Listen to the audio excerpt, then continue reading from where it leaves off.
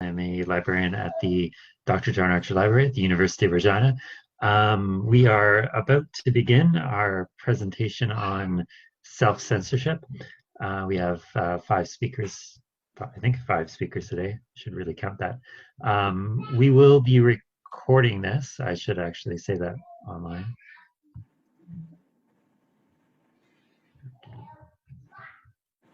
Apparently we are recording this. So yeah, we will be recording this. So if you are asking any questions, you will be put online at some point. We're going to save our questions to the end. So let me just bring this up. Okay. So welcome everyone. We're going to be having five speakers. The first speaker, I should say also that this presentation is presented by the Society for Academic Freedom and Scholarship and the Rational Space Network at Mount Royal University. Our first speaker today is going to be Christina Behme, who teaches philosophy at Kwantlen Polytechnic University in Surrey, BC. She focuses on philosophy of language and language evolution. Having grown up in East Germany, she is increasingly concerned about the limits on freedom of speech at Canadian universities. Christina, are you ready to present? Thank you, Robert. Can people hear me? Yes. Okay. Good. Yes. Yeah, so I was actually, when I decided on what I would be talking about, I had no idea about the events that are unfolding in the United States right now. So I'm a little bit tempted to do this as kind of like performative art and just sit here for 10 minutes quietly and self-censor. So just to really make sure that people are aware of what I'm about to say has absolutely nothing to do with what is going on in the United States.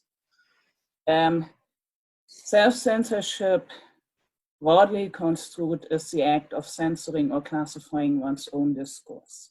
And people do that out of fear or deference to the sensibilities and preferences, actual or perceived, of others, without overt pressure from any specific party or institutional authority.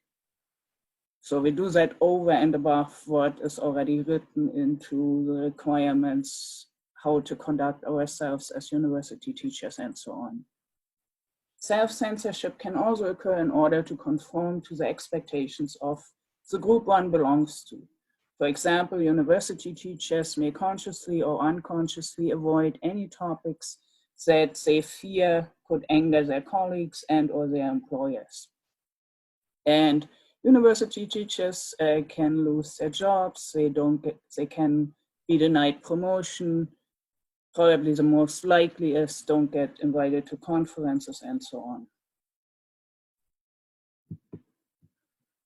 Now, what I want to talk about is how accusations of racism actually interfere with critical and rational discourse on universities about current events.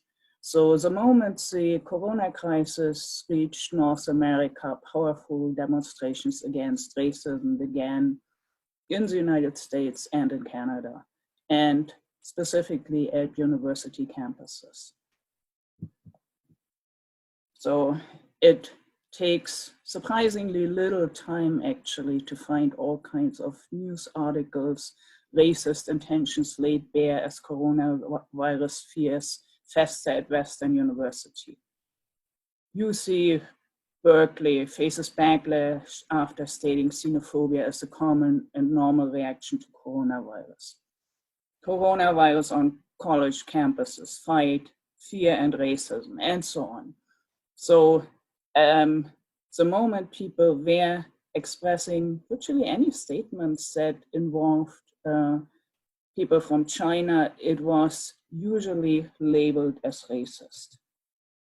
And so I want to just cite from one of those articles that claim or that talks about racist and discriminatory incidents. It's Students have donned face masks in the classroom, and an online petition to suspend classes at the University of California, Santa Barbara collected more than 1,100 signatures. Now this is actually, when we're looking back, very mild compared to the measures that have been implemented meantime. People of East Asian descent have spoken of feelings of self-conscious coughing in public and experiencing subtle ostracism, from people keeping their distance on public transportation, in crowds, and at school. Again, social distancing. We are now all required to do it. And of course, back then in early February, that's when the article was published, it was also claimed that coronavirus might not be scarier than the flu. But what we don't know is what frightens us. And the author of this article suggests that we look at this crisis as an opportunity for honest dialogue in our shared school, work, and community spaces. As teachers, we embrace these moments to push forward uncomfortable discussions that increases understanding of the socio-historical legacies and anti-immigrant sentiment bubbling up today. Full disclosure, I'm an immigrant. I never, like what I experience, never gets labeled racist or even xenophobic because the way I look, but that's just a different story. The question is how any honest dialogue can actually ensue when certain questions cannot be asked because they may be perceived as racist.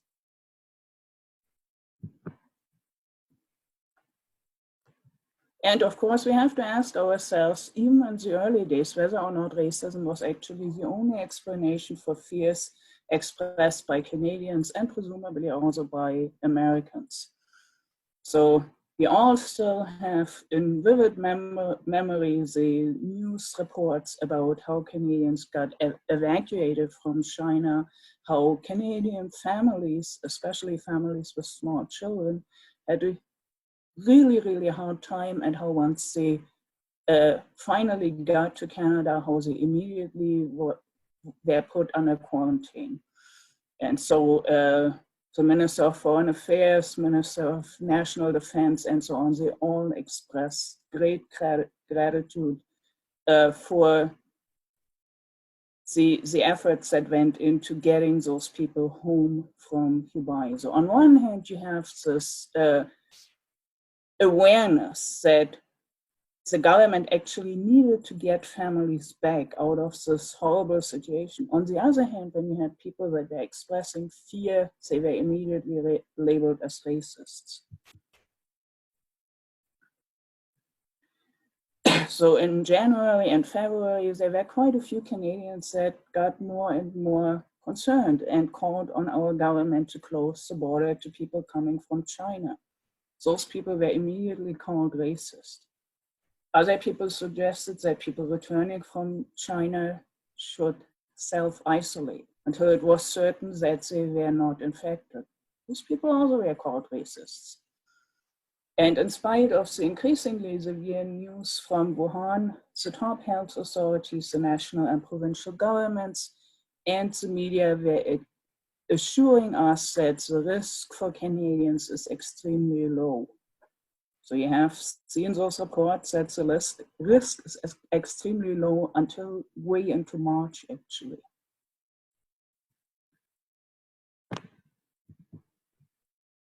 Now, as university teachers, we obviously ought to use rational argument to challenge reports in the news and actions of the government. I can, of course, say, well, I didn't teach at that time, so I had no opportunity to bring that up in the classroom, but to be brutally honest, I don't know if I would have dared to bring it up in the classroom at the time. So accusations of racism obviously have serious consequences for university teachers. And so I would say that at least some of us really self-censored because we feared to be called racists. And so some of the arguments that we didn't make, but we probably should have made back then, are to follow. Given what we already knew back in December and January, how dangerous COVID-19 is, how easily it gets transmitted, that there is no cure, no treatment, no vaccine, and there are actually only very few reasons that would make a rational and responsible government act in the way that our government did back in January, February, even early March. Our government could have assumed that most Canadians have a better immune system than Chinese people. So while the coronavirus was wreaking havoc in China, if it actually would make it here, our superior immune system would avoid that people here were experiencing the same dire effects. But of course, such an assumption is racist.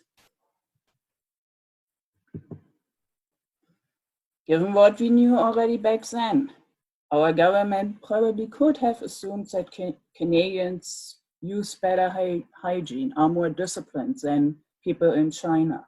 So even if COVID got to Canada, we could use our rigorous hygiene, and unlike the Chinese, we would prevent the virus from spreading.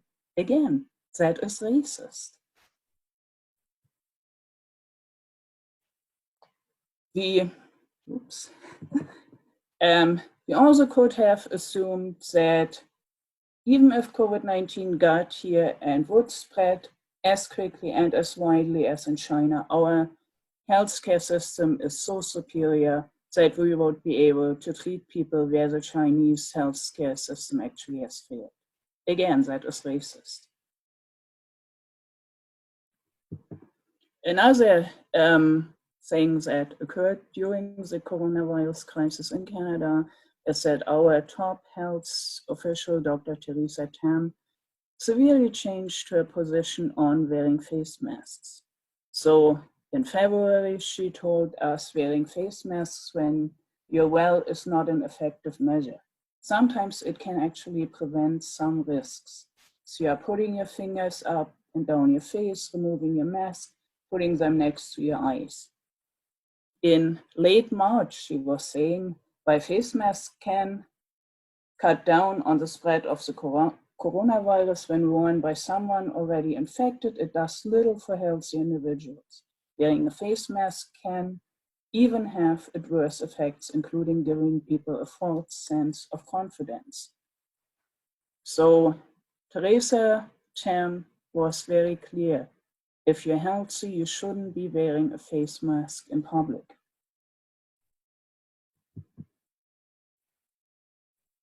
At the same time, people that actually were wearing masks in public, especially of Asian descent, were stigmatized.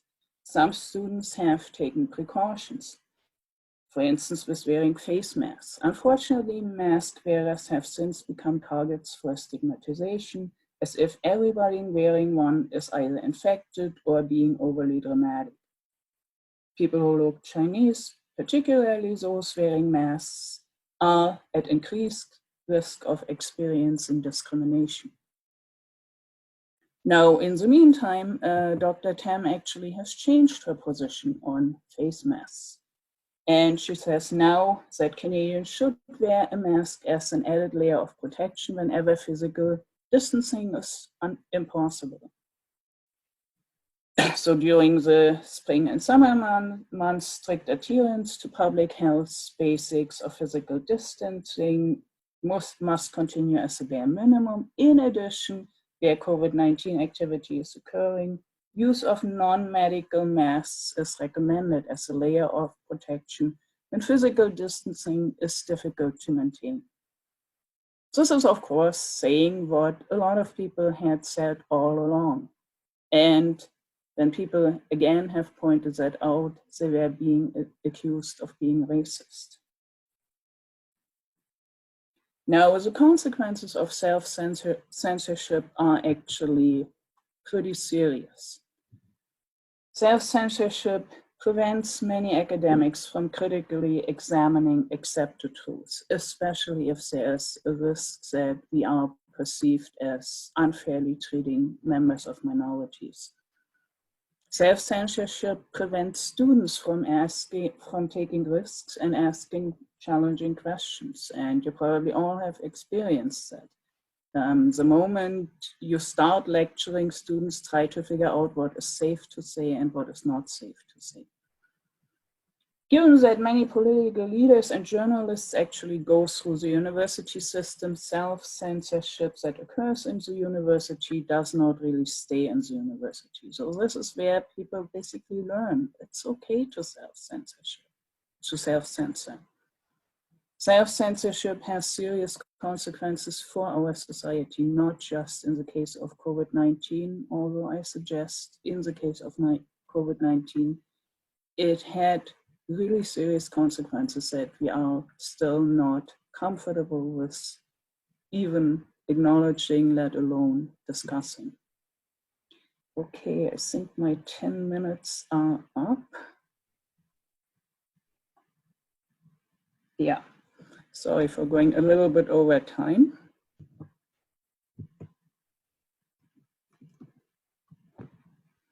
And I guess for later, if anyone has questions, I'm happy to answer them.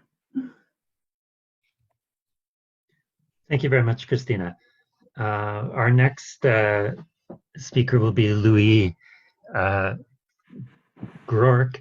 Sorry, I'll try not to butcher that. For Louis Groarke, who teaches ethics and political philosophy in the philosophy department at St. Francis Xavier University. He has published books on Aristotle, the history of ethics, literature, and good rebellion. He is interested in debates about the nature of university education in the 21st century. Go ahead, Louis. Okay, thank you very much, Robert, and thanks to everybody who's listening in. First, let me thank everybody who made this event possible and organized it. I think it is an important issue. I will only talk briefly, but I can say, as being on the front lines, teaching ethics, political philosophy, anything that has to do with values, professors, my colleagues are all terribly worried today about what they say in the classroom.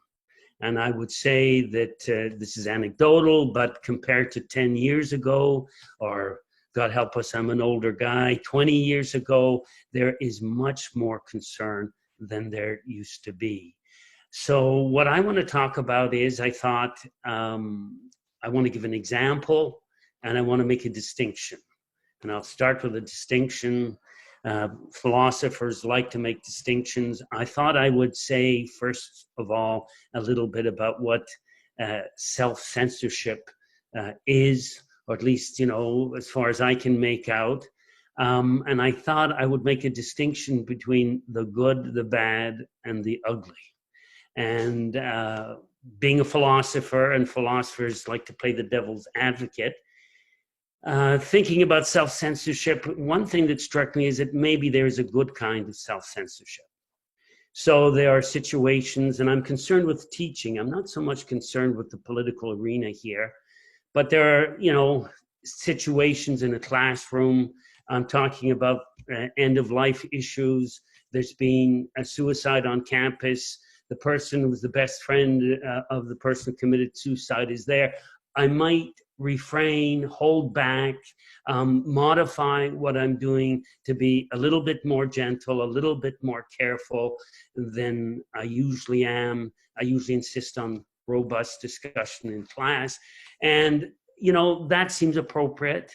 That seems like there's nothing wrong with that. And in fact, I would think a good teacher has to be sensitive to where the students are. And there may be situations then in which you might think intuitively, automatically, I should say this, and then you hold yourself back a bit, you refrain because you want to keep some kind of level of collegiality in the class or whatever.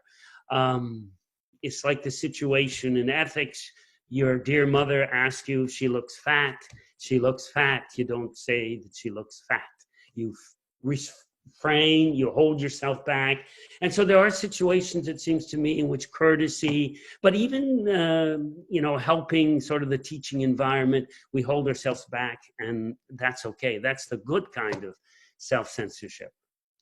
The bad kind, it seems to me, is when there's something that comes from the outside, which is not part of the teaching situation, where one feels that there's an authority outside the classroom. Philosophers try to make students think hard about issues, raise questions. We object to all sorts of things, pros and cons on every issue. And I think that sometimes we feel there's something external to the teaching situation, which is somehow administrative issues, perhaps political correctness, but which is forcing us not to say what would be appropriate to say. In fact, what would be good to say in terms of, say, a classroom discussion. And that's the bad kind of self-censorship. And then I think there is the ugly kind.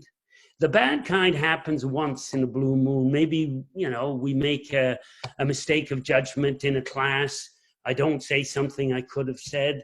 But then there are certain issues, sexual issues, religious issues, political issues, where over and over and over again, there's a regular sort of a pattern, given the ambiance, the political climate in universities right now. We know again and again we shouldn't talk about certain things. We shouldn't make certain jokes. Jokes are sometimes good when you're teaching. It's a good pedagogical strategy. But there's some pattern that's out there which we are effectively coerced, made to pay attention to and to comply to, and that's the ugly kind of self-censorship. And again, my impression is that third kind, which is not a one-time deal, but there's this subject that you're not allowed to talk about, or this point of view that you're not allowed to talk about. And talking to my colleagues, this is more and more a regular thing that people are terribly afraid of. So I wanted to bring up two examples. One involves me and one involves a colleague of mine. And then sort of, understand the situation in terms of something concrete in particular. So here's something that happened to me actually this term. And I want to be gentle with my dean and whatever, but I was in a situation, I had a good class. I mentioned to the students, because some students I thought needed encouragement. Some of them had learning disabilities. And I mentioned to the students that I myself was dyslexic, that I have a bit of problem. I can't tell right from left. Whether it's a B or a D, I've always had some problems with this going through. And the intent of me bringing this up was that, hey, you can succeed. Look, I'm a professor. I got a PhD, and in my day there weren't any special. There were no special, offices or advisors, or there was no extra help, and yet I managed to get through. Someone went to the disability office and complained that I had been making not quite a joke, but that I had insulted students with disabilities. My dean contacted me, said, what's going on? I was told to apologize to the student. I had to explain the situation, that, hey, I wasn't, demeaning students with disabilities. Hey, I'm a student with disability. Anyways, there was a whole series of issues that came up. I had to explain myself. Of course, I was worried about this. I actually did. I think it was a mistake, but I did apologize to the class, saying, well, look, this is a misunderstanding. And my reaction after all that was, and this is what Christina has been talking about and other people will talk about, I'm never going to mention dyslexia in class again. It's too much of a hassle. Even if there's a situation when there's a student with dyslexia and very promising and needs to be say, hey, you can get through it. It's okay. Look, I did. You know, the immediate reaction that I have as a professor, I've got a busy life. I don't need to be sending long-winded emails back and forth with the dean, trying to explain myself. I just won't talk about it. And that wasn't a political issue. It wasn't even a moral issue. It was just, and we could maybe talk in question and answer period, what's going on. But that was just a genuine personal comment to try and help out students. And now I'm sort of left thinking, hey, you better not talk about this. I'll talk about one other example. And there's a young colleague. He is a part-timer. So he is particularly vulnerable. And he was teaching Canadian history. He was teaching in the history department. And of course, the beginnings of Canadian history have a lot to do with Aboriginal peoples, with First Nations, and that's fine. I can assure you this particular person is very fair-minded. There's no kind of, racist animosity, hostility. He said something, I won't get into the specific issue, it's a minor issue, but there was an Aboriginal student in the class which complained, and it went to the dean and to the First Nations activist person on the campus, and he spent 2 weeks feeling very, very vulnerable because he's a person that needs a job. 2 weeks dealing with the dean, dealing with the student, dealing with the office, the student life office, and finally convincing them that in fact, he didn't mean this in any kind of discriminatory or prejudicial or unfair way. But what I found was interesting was after this all happened, I talked to him, tried to reassure him. He's a young guy, and he said to me, Louis, I will never talk about that in class again. And it's a sort of a more minor issue in Canadian history, but nevertheless, he said, I can't go through this. He has a family, he's trying to get a job. I can't go through, so this particular issue, I just cannot talk about this in class again. And this is the kind of thing that's going on in universities. I think it's something we should all be worried about. The sad thing is that in the end, I think it's a barrier to good teaching. It's an obstacle to good teaching because there are issues that we should talk about, which are misunderstood sometimes by students, on which there are standards of political correctness or whatever, that may take something the wrong way, whatever. But as a professor and not wanting to deal with all the hassle that comes with mentioning these subjects, there's a pattern out there. It's just easier to be quiet. It's just easier to do nothing, which is terribly unfortunate. And that's why I think this is good to talk about this. And thanks for letting me participate in the discussion.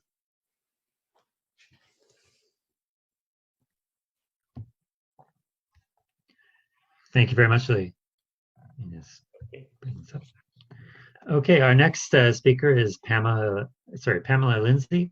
She's completed all but the defense for a master in philosophy. Her research is in belief acquisition and maintenance, and I believe she's joining us from Lethbridge. Is that right? That's correct, yeah. Please go ahead. Hello. This is a student's perspective. In 2010, at the age of 44, I went to university for the first time. I felt I was home. Each day I sat in the front row, riveted by the lecture. Note that riveted connotes attention, curiosity, intrigue, all the drivers of inquiry and mobility of thought. While in a strict sense, it means immobility, being firmly fastened down. To rivet is to join one thing to another, securing a very strong bond. Just as an airplane needs rivets on its wings to soar, university gave wing to my love of reading and writing, and to my ideas. But flying comes with hazards. If, when cruising at an altitude of 31,000 feet, you see the rivets on the wing popping off, you're going to feel a tad panicky. People also feel this way when social bonds come apart. In both cases, they grip whatever they can in an attempt to keep it together. In any sense, from emotional composure through to keeping intact a marriage, a friendship, a career, or a wing. I grew up in a small sawmill town in central BC, yet my life has many parallels with J.D. Vance, Yale-educated lawyer and author of Hillbilly Elegy, whose family hails from the Appalachians.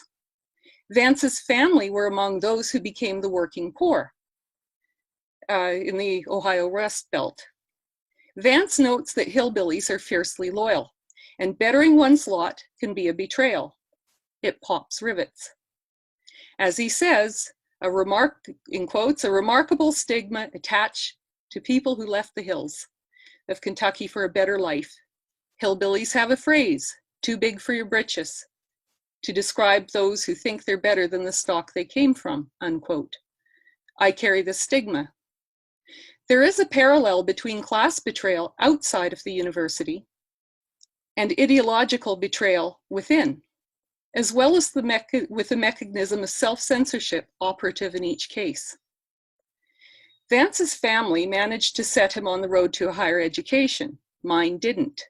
How I went to university at 44 is another story. It's what happened afterwards that concerns us here. Dad called me a commie. Mom said I changed. I talked different. Once I seen a moose yesterday, now I saw one. On one hand, my parents fear I'll look down on them. On another, we're becoming strangers. As the rivets pop, my parents hammer them down. Don't let your head get too big. I don't care what some university professor has to say. They're no smarter than anyone else. Worried I was being brainwashed, Dad gave me a wall hanging that reads, "Better is one's own path, though imperfect, than the path of another well-made." Dad doesn't want me to follow my own path. He wants me to follow his. One day, Dad broke down in tears and said, "I'm scared you won't love me anymore." I'm not alone. I've heard a number of Thanksgiving dinner nightmare stories, uncles, siblings, cousins, taunt, "You think you're so smart now that you're in university. Well, aren't you, Miss Know-it-all?" But strained as they are, these relationships are worth keeping. They're the battered wings that carried us this far, the props that won't fail us in a storm. And so we too fasten the rivets, immobilizing our intellectual worlds through self-censorship.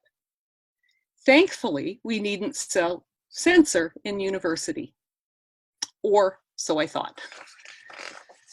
Like solidarity, loyalty is a stereotypical working class trait. Loyalty has negative connotations, such as blind obedience, and recently, as worries Vance, the associations some make between the poor working class and their loyalty to Trump. But loyalty has many positive functions. It's one of the assurances we have that we can rely on others, that you have my back and I yours. Without these assurances, life would be solitary, poor, nasty, brutish, and short. Hume observes, philosophers in all the active parts of life are in the main the same with the vulgar, and are governed by the same maxims. Academics don't always acknowledge the extent of the demands of loyalty within academe, and to recognize its effect on their own behaviors. The negative connotations of loyalty and its association with uneducated people might contribute to this myopia. But there are also other contributing factors, each with the potential to adversely affect scholarship. Humans are notoriously bad at self-criticism, so we need others to provide that criticism for us, a protocol built into the university. However, we're not likely to take correction from just anyone. No matter how polite, clearly stated, and accurate that criticism, if it comes from the lips of someone we find morally reprehensible, intellectually inferior, or both, it's likely to be rejected. In the worst case scenario, we might be spurred to pursue our possibly erroneous reasoning with all the more vigor, the so-called backfire effect. And if our mistakes are particularly embarrassing, we dislike our critic all the more. Peer review is supposed to help mitigate this problem, but not for students. What happens when a student levels a criticism perceived as morally reprehensible against the backdrop of her professor's cherished ideological convictions? Or the more daunting case of a cohort of professors expounding these convictions. A student might avoid taking classes from one prof, but can't from all. Growing up, I stood on the picket line with my parents and community. In IWA solidarity, we warmed our hands over burn barrels adjacent to the railroad tracks. And the Teamsters patrolled logging roads, hunting for trucks, supplying the mill. Woe to the driver found alone in the backwoods. I recognize a particular dynamic and I know what happens to scabs. Observation is a powerful teacher, but it's hard to observe ourselves. We don't always detect a loss of perspective because as far as we can tell, we still have one. But also because this slide can happen so incrementally, we fail to notice. In Thinking Fast and Slow, Daniel Kahneman notes that it is much easier to detect a cognitive minefield when you observe others walking into it than when you're about to do so. Hence the need for critics. But when ideological commitments pervade scholarly work, one can be precariously averse to criticism. Criticism is felt not as an evaluation of one's argument, but as an assault on all that is good and right. It pops rivets. And so one tightens her grip and guards her belief commitment, Gollum-like as her precious. Students are observers, and we notice when a prof has a precious. A common precious is anthropogenic global warming, AGW. Those who question AGW are evil, greedy criminals in the pocket of big oil. There are no neutrals. CF George W. Bush, if you're not with us, you're with the terrorists, or in this case, AGW deniers. When I proposed an independent study on epistemic authority, my supervisor added the words "and denialism." He wanted me to write about the badness of deniers. I wanted to do a conceptual analysis of the term. Now I carry the stigma of ideological betrayal. My co-supervisor told me my thesis proposal sounds like Fox News. Then added, and you don't want to sound like that, do you? The message I got was, if you continue on this path, this way be dragons. So of course I said, no. Here's the kicker. I too feel betrayed. Who taught me that conceptual analysis is the business of philosophy, no holds barred? Ironically, my supervisor had a sign on his bulletin board that said, question authority. I was tempted to add the words, except mine. There's no fault in a prof being an advocate for his precious, or even dedicating a class to his advocacy, just so long as students know which hat the prof is wearing, advocate or scholar, whether he's changed hats at some point in the discussion, and which hat he'll wear when her work is evaluated. For many students, university is home, complete with nightmare Thanksgiving dinners. And then we must choose. Do we loosen the rivets or hammer them down? Speak up or self-censor? To whom is the student beholden? To herself, she takes into account her finances, reputation, GPA, letters of recommendation, and her future career prospects. To her prof, the hours he's mentored her, his better judgment, the career criteria for evaluation that he's free to set as he sees fit. To her student peers, how they might be affected if she rocks the boat, or if she doesn't, and whether they'll feel pressured to take sides. To the discipline and to the scholarly community, epistemic rigor. To the broader community, what she owes the widow's mite. Whether we immobilize our intellectual worlds through self-censorship is weighed against what befalls us if we pull the pin. Who is to blame if we don't? And how many rivets must pop before the university drops from the sky? Thank you.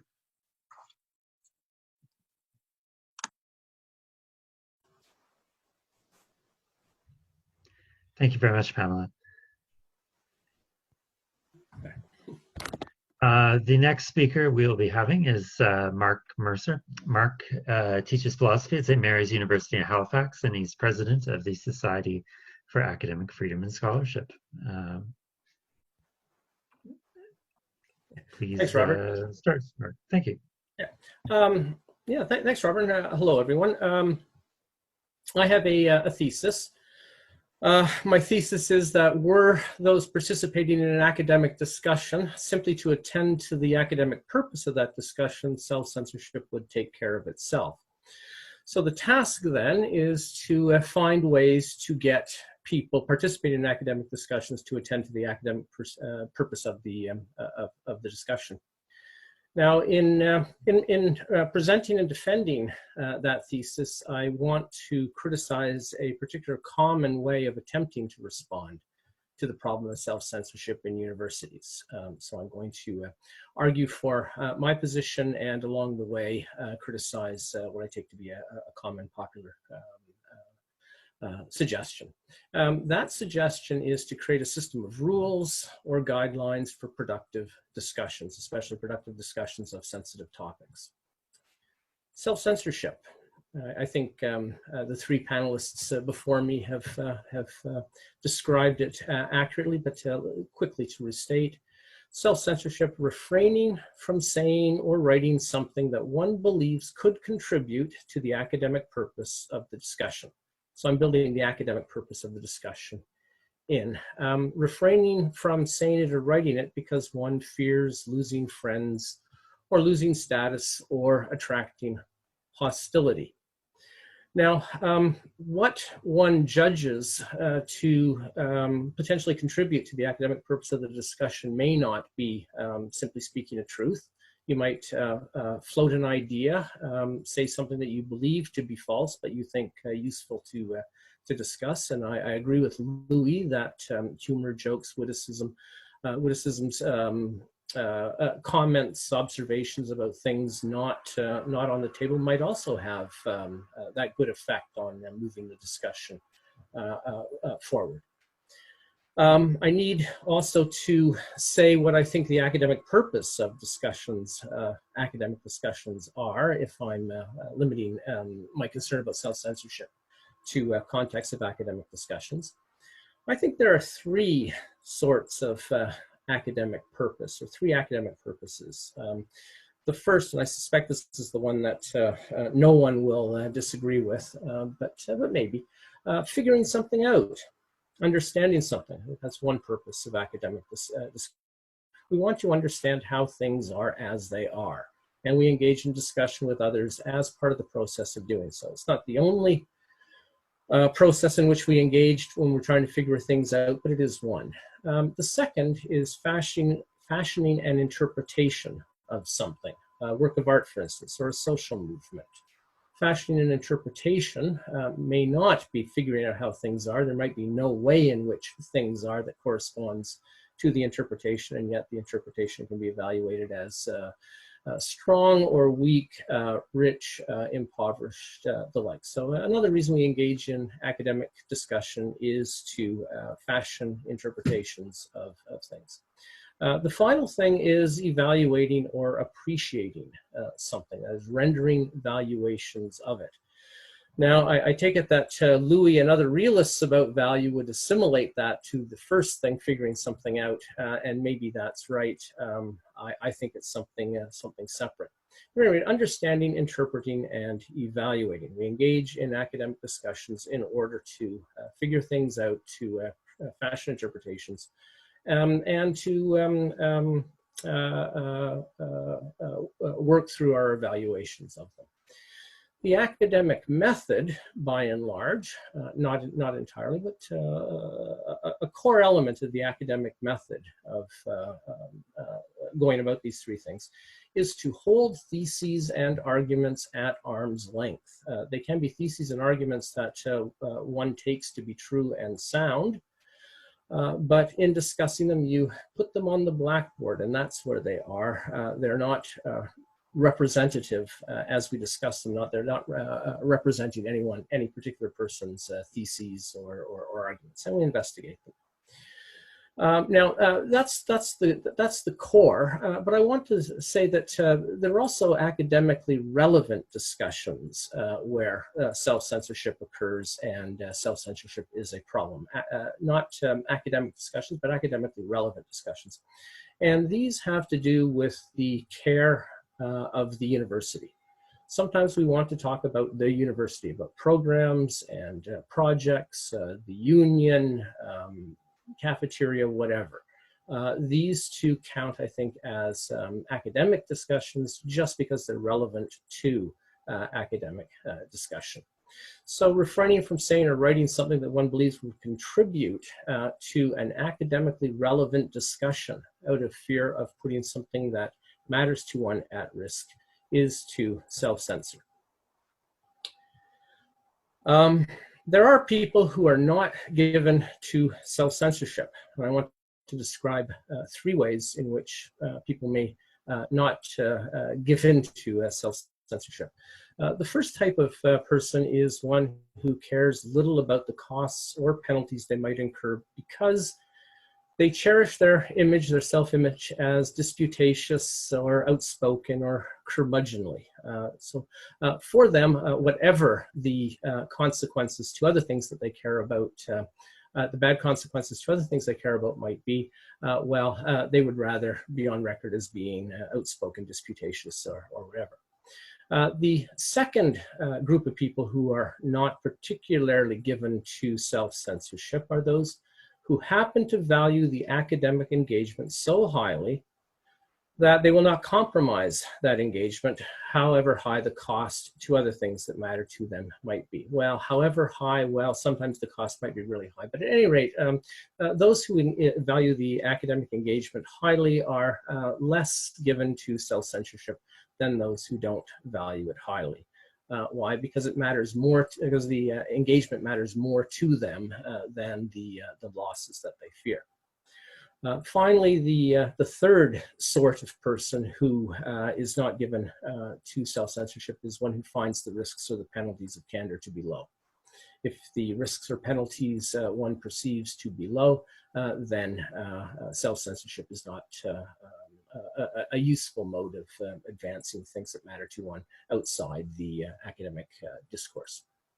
Okay, now I'm going to set aside the first type of person, those who are disputation, outspoken, or candid by temperament, and thus not given to censorship. To look at the other two cases, the cases where one is committed to the academic purposes of academic discussion, and so is willing to take the risks and incur the penalties, and those people who don't perceive the penalties or risks to be very high.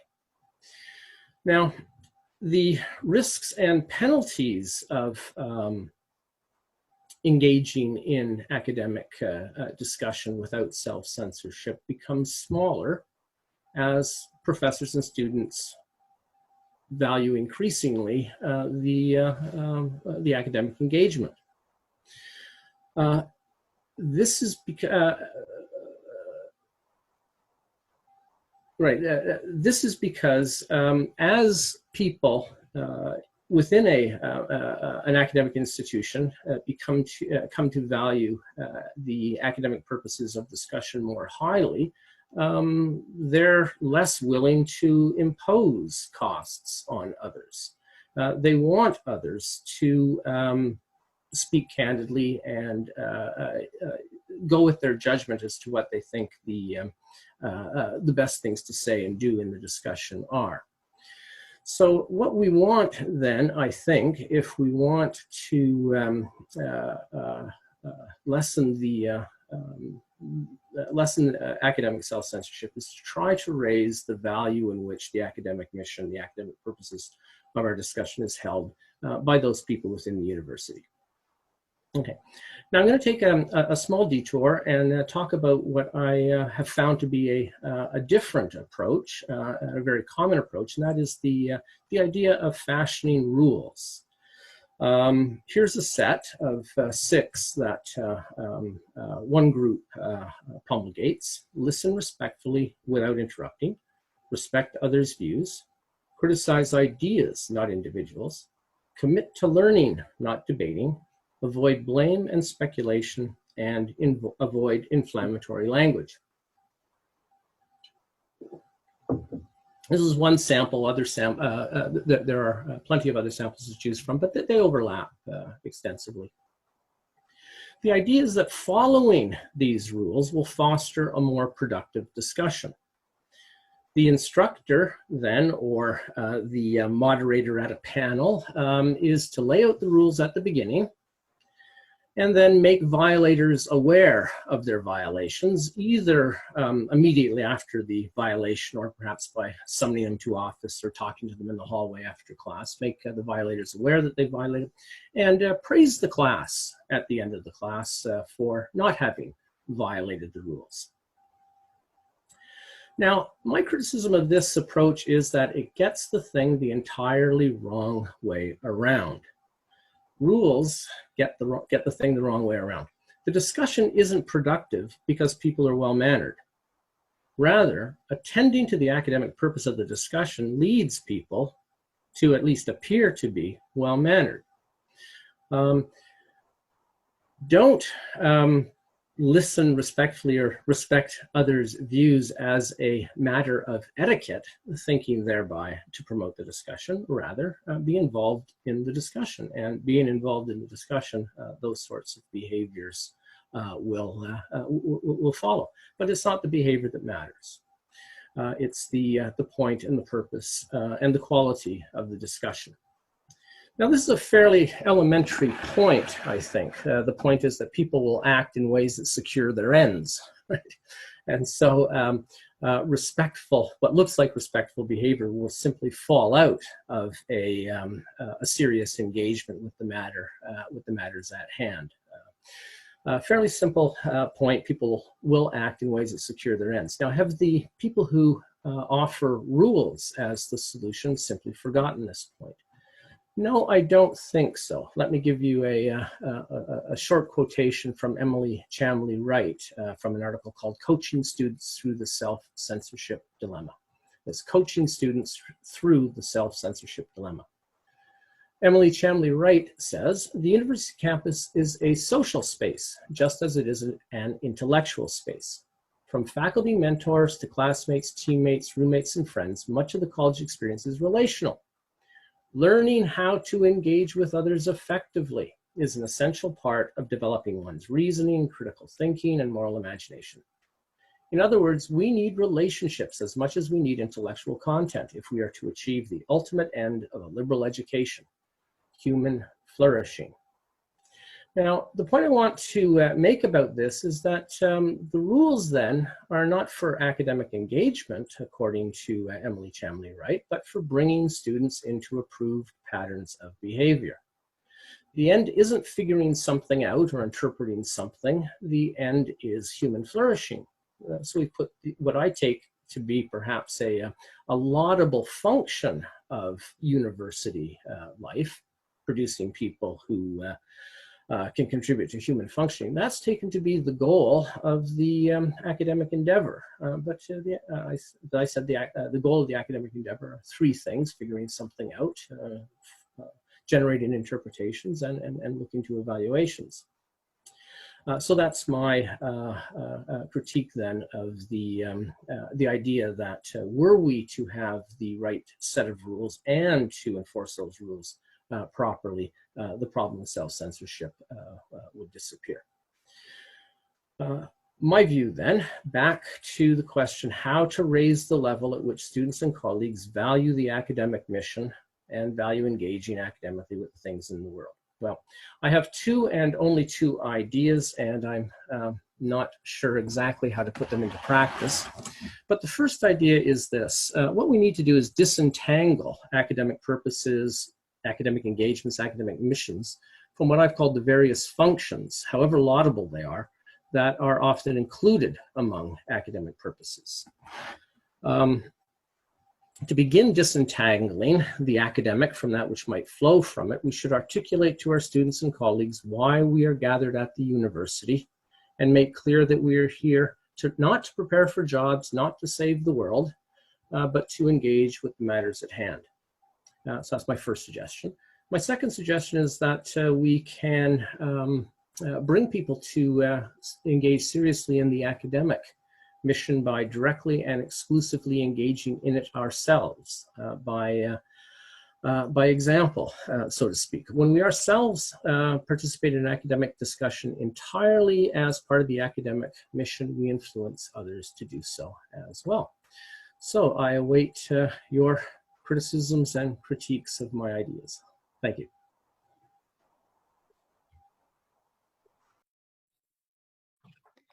Thank you very much, Mark. I'm just going to state before I introduce Francis that if you do have any questions for the panelists, please send them in the chat at the bottom. You can do that anytime between now and the end of, or even after the end of Francis's presentation. Let me just bring this up. Yes, so Frances Widdowson is our final speaker today. She's Associate Professor in the Department of Economics, Justice, and Policy Studies at Mount Royal University in Calgary. She's the founder of Mount Royal University's Rational Space Network and is on the board of the Society for Academic Freedom and Scholarship. Dr. Widdowson is currently writing a book on how advocacy studies are murdering the human sciences and effective policy development. Frances, take it away. Thanks very much, Robert, and thank you very much to all the panelists. I think that my ideas will intersect with them to some extent. I have to admit that I'm a bit nervous about this area, which gives you a bit of an indication of the self-censorship problem, which is we're always a bit worried these days about entering into a certain number of issues. And I've been thinking about this quite a bit, and I started to compile, I guess, around a few months ago, the most contentious issues that I see to be existing in universities today. This is not an exhaustive list, and I'm just going to share my screen to give you a sense of what I've seen over the last 10, 15 years as being the most significant in terms of difficulties of discussion. Anyway, so I hope that's on there. I'm just going to start the slideshow here. Looking at this list, I get very worried about it, especially near the top, because even putting these things on a list makes one a bit nervous, because you could be, by just putting these things on a list and saying that, you know, perhaps they should be discussed, you could be accused of actually being a supporter of these ideas, and there could be consequences for you. Anyway, so that what for people who are looking at it, up near the top, that's the most controversial. Down near the bottom, and I put my own name there. I'm actually not very controversial compared to the other areas. I actually did have Margaret Somerville on there, but she got bumped because she was a person who questioned same-sex marriage, and whether I think she was opposed to it because she felt it undermined the institution, and nothing very much happened to her. She was going to get an honorary degree, and people protested it, but in the end she did get the honorary degree. So, but you'd be nervous about entering into a discussion about whether same-sex marriage undermined the institution of marriage. But all the other areas, I think, are very dangerous, and one worries about this whole area. So those are areas that are very difficult to discuss in the university. But this notion of self-censorship, I think, is very difficult because, and I was thinking about this, we self-censor all the time. You know, I could be, if I didn't self-censor, I would just be one of the most annoying people in the world, because I would just be constantly piping up saying, I don't agree with that, I don't agree with this. So because we don't want to seem unintelligent, or we don't want to alienate other people and we want them to interact with us, we are, constantly engaged in a process of self-censorship in its very broad sense. So I find the word often is very broad. And to illustrate this, I wanted to give two examples, which I personally have been involved in at Mount Royal University, which show some of the difficulties with the concept. The first example is number 3 on the academic freedom top 10 list. And this is the case of Mark Hecht. And for people who have not heard of the Mark Hecht case, it happened at Mount Royal. Mark Hecht wrote an op-ed in the Vancouver Sun in September of 2019, claiming that ethnic diversity undermines social trust. As a result of this op-ed, 2 members of the executive board of the Faculty Association did not support Hecht. As well, a number of professors at Mount Royal University wrote a secret letter to the administration denouncing Hecht and presumably asking that he be censured. We don't actually know what these professors said because the letter is secret, and I did try to access it through Freedom of Information, but the whole thing was redacted, except for a few words that specifically referred to Hecht. And then Hecht, after this letter was received, Hecht was going to be teaching a field school on social trust in Northern Europe. His field school was canceled.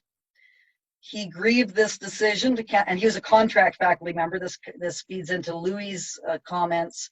He was a contract faculty member. His field school was canceled. Then what happened was he grieved the decision, and then the Faculty Association decided not to take the grievance to arbitration, which raised all sorts of questions about whether they had failed in their duty of fair representation of Hecht. And it appears we're never going to know the answer to that question. So one can see how it would be very difficult to discuss questions of ethnic diversity at Mount Royal University. That would be and people who would be watching what happened to Hecht would be very reluctant to enter into conversations about that. So therefore, one could claim that it's very likely that there is self-censorship that is occurring around the question of ethnic diversity and social trust at Mount Royal University. The second issue concerned number 8 on the top 10 list, which is about trans identity. And this has been an ongoing issue at Mount Royal University. And when I brought up the Hecht case at a meeting, a faculty association meeting, talking about self-censorship, a faculty member, another contract faculty member, claimed that they too self-censored, and this person was a trans activist. And they said that their self-censorship occurred because they had given a presentation at an arts faculty council meeting. Their presentation was recorded, and as a result of this recording, there was some public commentary about their presentation, which stated, amongst other things, that in order to create trans-affirming spaces at the university, faculty members should interrupt people during meetings and get them to state what their pronouns were.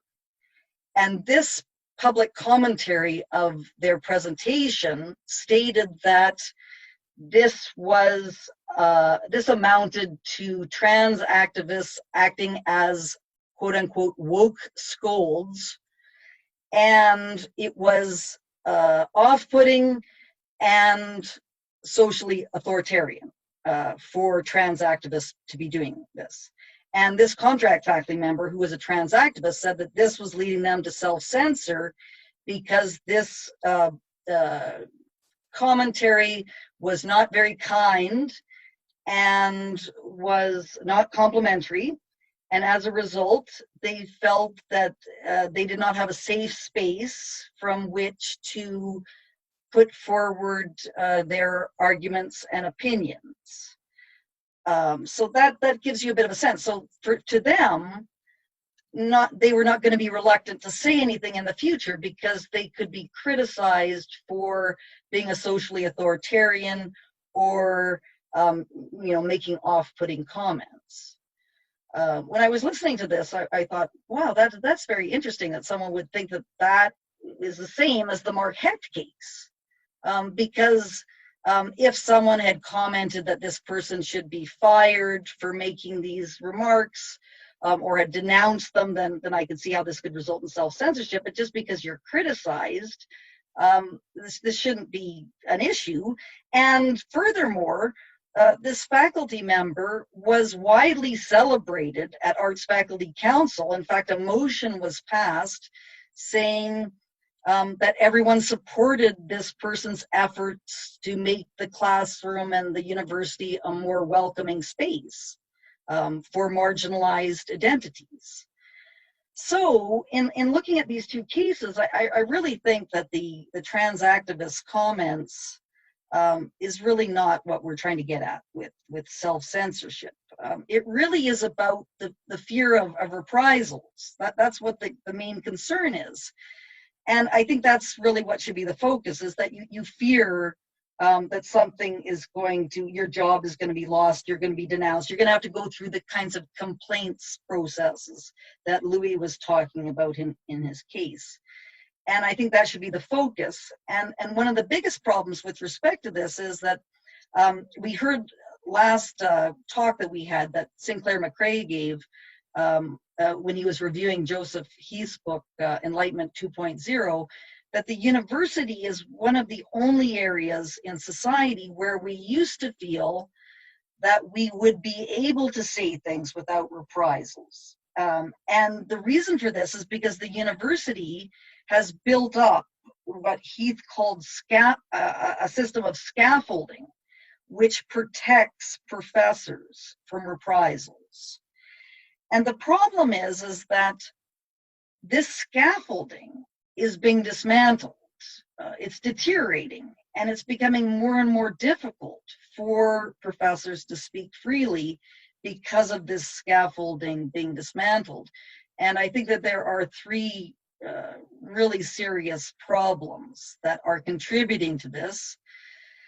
The first is university corporatization, and also the related problem of contract faculty, the increasing numbers of contract faculty. University corporatization is when the university sees itself as a business. The customer, which is the students, are always right, and the employees, who are the faculty members, are there to sort of serve the brand of the university.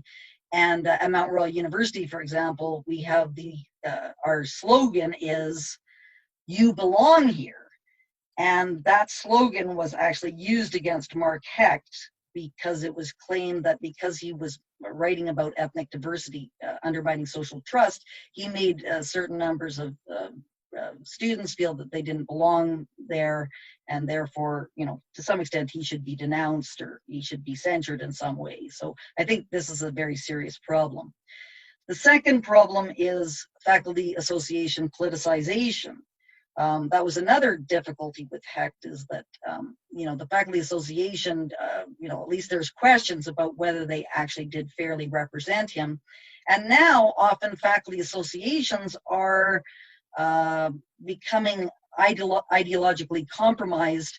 One of the most common ways in which this happens is with diversity, inclusion, and equity ideology becoming part of the nature of the faculty association. And at Mount Royal, as our mission statement, it says that we will uphold the mission of equity and diversity and equity. That is part of our mandate. And so, of course, Mark Hecht could have been seen as violating that, sort of that mission that the faculty association had. And then finally, I think is a very serious problem of legislation, which is now in existence, which, and there's a number of these areas. Hate speech legislation is one, as well human rights legislation and sort of the idea of discrimination. And then health and safety legislation is another area. And all these are kind of legislation which restricts speech. And Mark Hecht, again, we can see how this was used against him. He was accused of by just writing an article, was accused of discriminating against people. Many said that, and I believe it was a Human Rights Commission in British Columbia, said that his article was a call to hatred, which seemed to me to be an indication that there was some, musing about whether he should be charged with hate speech. And then health and safety legislation has got all sorts of restrictions on speech now with respect to harassment. If you say something that a particular group doesn't like, you could be seen as a harasser. So I think, this legislation is very alarming in terms of, sort of taking away some of the scaffolding which is necessary at universities. So in conclusion, what I would argue is that the scaffolding that used to exist at universities is being dismantled. And I think in terms of trying to fight this problem of self-censorship, much more effort should be put into trying to build up this scaffolding once again to make it much more easy for professors to be able to feel that they can speak freely without suffering reprisals. Thank you very much.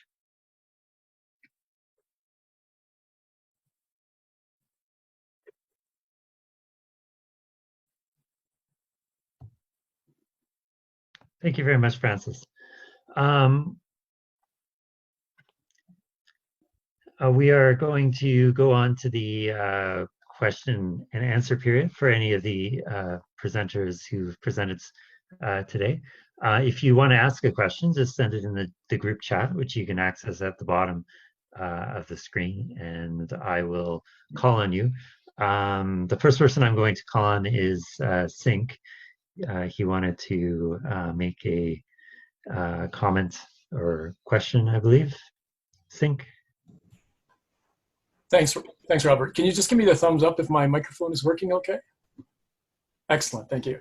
Thanks, everybody, and thanks for organizing this, whoever was behind the organizing. I just had a quick comment I wanted to make. It's actually a teaching tip. I teach ethics and value theory, and I've been doing it a long time. So to Mark's point about how you focus in a classroom on the academic purpose of the discussion, how do you do that while you're also dealing with highly sensitive or controversial topics? A method that I use for a long time, I don't know who to credit for this. It could have been a rare case where I thought of it myself, but I don't remember. Anyways, is a game that I call What's My Problem? So when I play the game What's My Problem, I'm a philosopher, I always defend a position that has a serious flaw in it. And I sometimes actually literally put on a hat to indicate that I'm taking on the persona of this person. So, for example, I'll defend Nietzsche or Thrasymachus or a Spartan view about stealing. But one of the games that I've been playing for a long time is a game called Whiteland, where that's sort of #1 on Francis's list. I defend the formation of a state of white supremacists. And the idea is that I try to defend that view as strongly and as well as I can. And I invite my students to criticize that. And there's a lot of bad thinking that masquerades as moral righteousness among our students. So what happens is, in all the years that I've been talking about Whiteland, I don't think any group of students has ever identified the problem. So for people who say that I'm slipping in some sort of subversive view, I always say, well, the game is called What's My Problem, not Why Am I Correct? So it's a way of depersonalizing discussion of controversial issues that forces people actually to focus on critical thinking and defending their values and defending their beliefs. Okay, I'll stop there. Thanks very much. And I'm going to pass it back to you, Robert. Thank you very much, Sink. I'm just going to call on Mark. He had a question. Or actually, Louis wanted to make just a comment on in response. So maybe we'll go to Louis first, and then back to Mark, if that's okay. What I would say is that every professor is different, and every professor has a different style. And when you're dealing with a far out, issue like white supremacism, that's not very hard. But when you're talking about end of life issues, about reproductive issues, about sexual orientation issues, I think it's much more complicated. It sounds like you've got a way that works for you, but again, professors are just very, very different. I think Mark is right that there's no rule, and I know you're not suggesting a rule, but there's no one way to try and teach well and bring up difficult issues and challenge students. So it sounds like you found a great way to do it. But again, it just seems to me, depending on who you are, what your personality is, what kind of students you're dealing with, what level, so on and so forth, it just gets complicated. And again, you made a good suggestion, but I don't think there's just one way of doing it, I guess. Thank you. Thank you, Louis. I guess I should just mention in terms of Sync's comment that one of our former board members at SAFS did make, I think, tried to do something similar once, where he defended child pornography, and in a similar way, and it caused a great national uprising of indignation across the sphere, and inevitably ended up in him publishing a book on it, which persona non grata is a great thing to read by Tom Flanagan. We can move on to Mark's comments, I believe. Well, I wanted to ask Louis a question about the dean in this case. What exactly was the dean up to? What was the dean trying to do in this case? That's my question to Louis. What was the goal that the dean was trying to reach? Okay, I think that's a good question. I don't want to focus so much on my particular case, but I do have a sort of an answer to that. I remember when I was a graduate student and I was a TA, and I worked with two kinds of professors, and you're just starting out in your career and you're marking students, and sometimes there are irate students. And I always found it was important to have a professor behind you that supported you and gave you the benefit of the doubt. And I think that's what's happened at universities is that's not the case anymore. So that as a professor, and it only takes one student to misunderstand, or one student to make a complaint, or one student to have hurt feelings.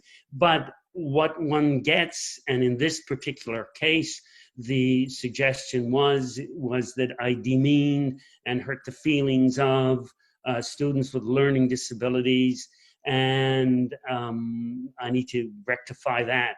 Why? Because I think universities are like Francis was explaining. They're in the business of, let's be honest, getting bums in seats, keeping students. There's a social sort of element that you don't want students upset, hurt, outraged, complaining, whatever. And unfortunately, I think what's happened in the big picture is the administration doesn't say, Louis, he's reasonable. We know he's not a racist. We know that, what's going on here, okay. It can't be the way it was described. I think the immediate reaction of administrations tends to be, well, here's this student counselor, or here's this particular student, or somebody, whoever, that make a complaint. And so the administration feels that they have to stand in as kind of a referee and watch over the professor. And of course, this leads to a lot of hassle. And the administration, I think, is just trying to keep students happy. We keep students happy, they'll stay enrolled in our programs and the university will run well and whatever. Let's keep students happy. And if there's one that's upset with the professor, then we better rectify that, and better be rectified mostly by the professor sort of excusing himself, making an apology, whatever. So does that help a little bit, Mark?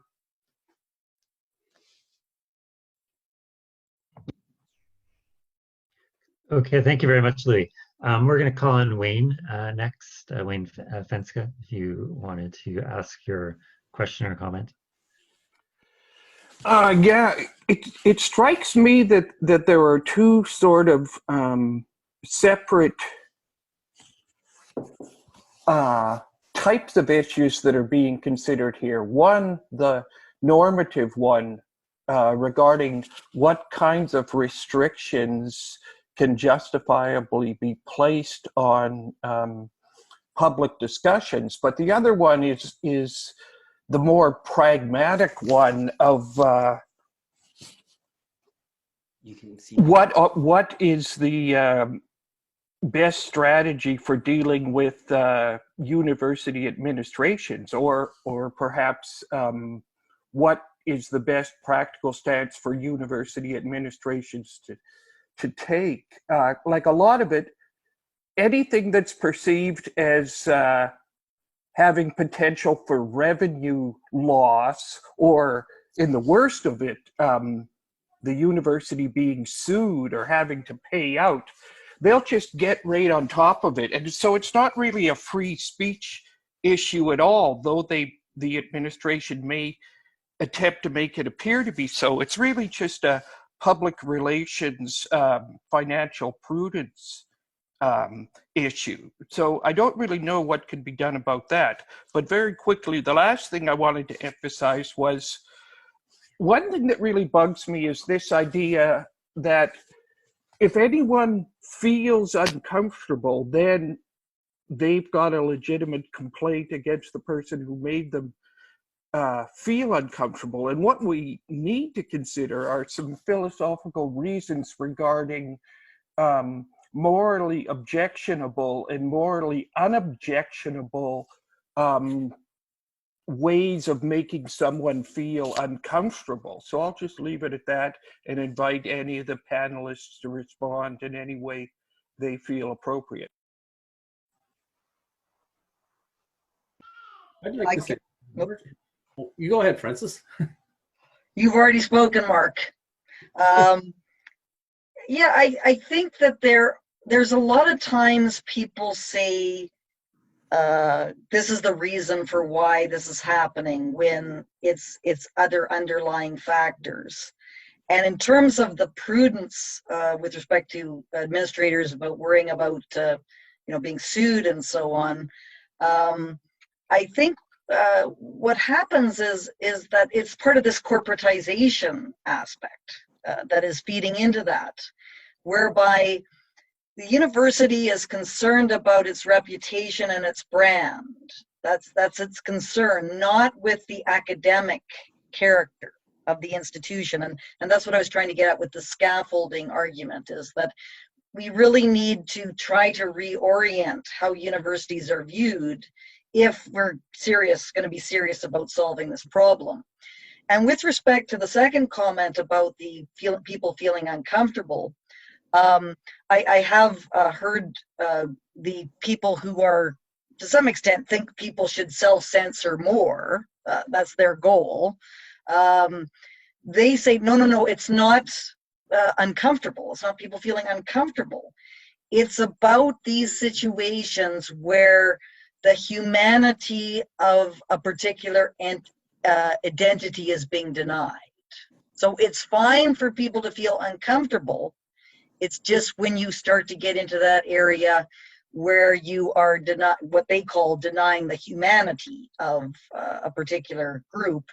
And I think, this is a very, very difficult area now in universities where we need to say, Mark Hecht, just by putting forth the idea that ethnic diversity undermines social trust, is not involved in discrimination. that is a totally different issue. So I think that's what, this is where the conversation is shifting, is that there would be denial, but it's about discomfort. It's about some much wider, deeper kind of sort of existential kind of issue. Thank you.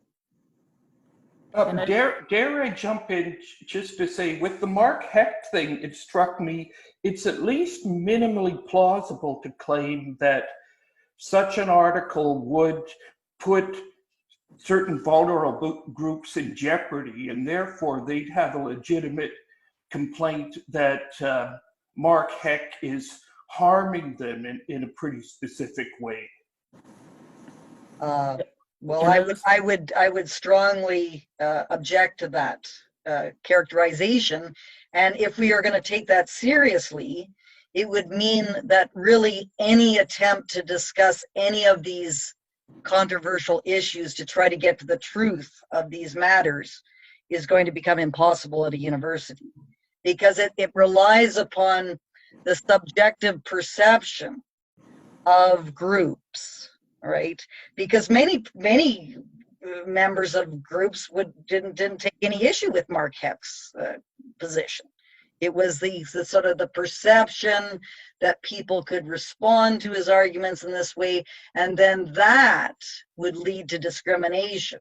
And so I think that we need to make a firm distinction between ideas, just putting forth an argument, and then what it is that various institutions and society do when they hear that idea. Can I say something? Hello.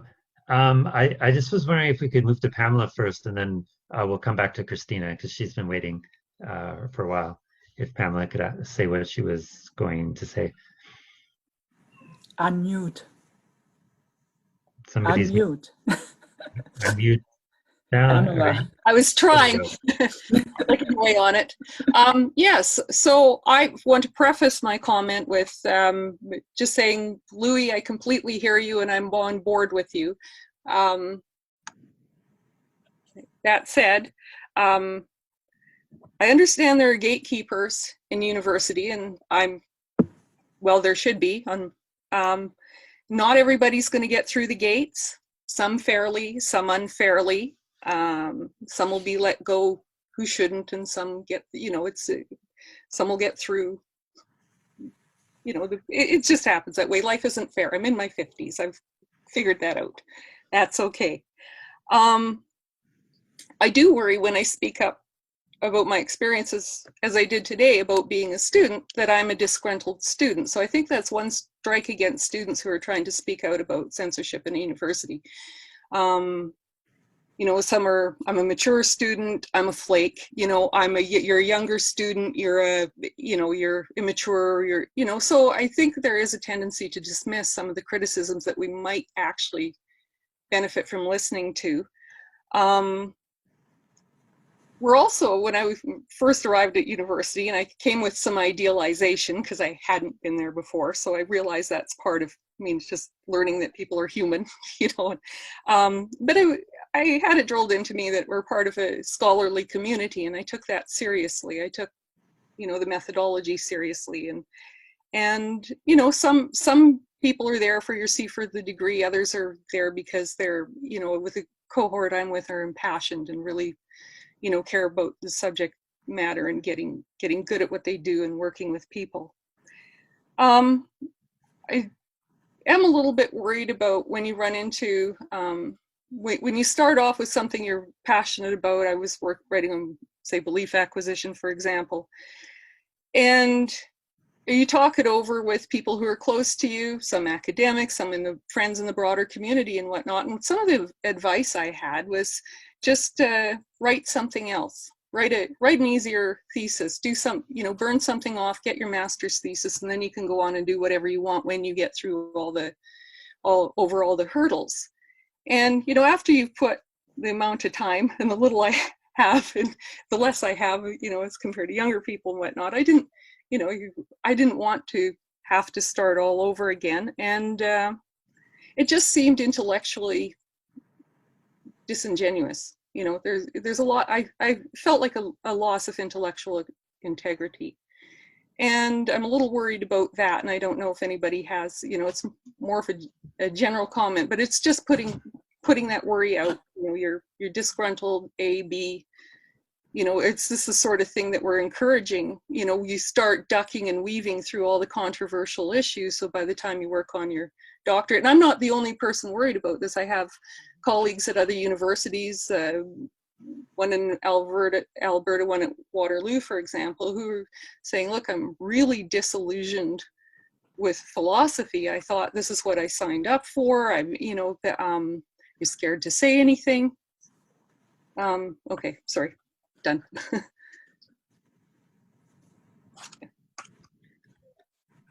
Thank you very much, Pamela.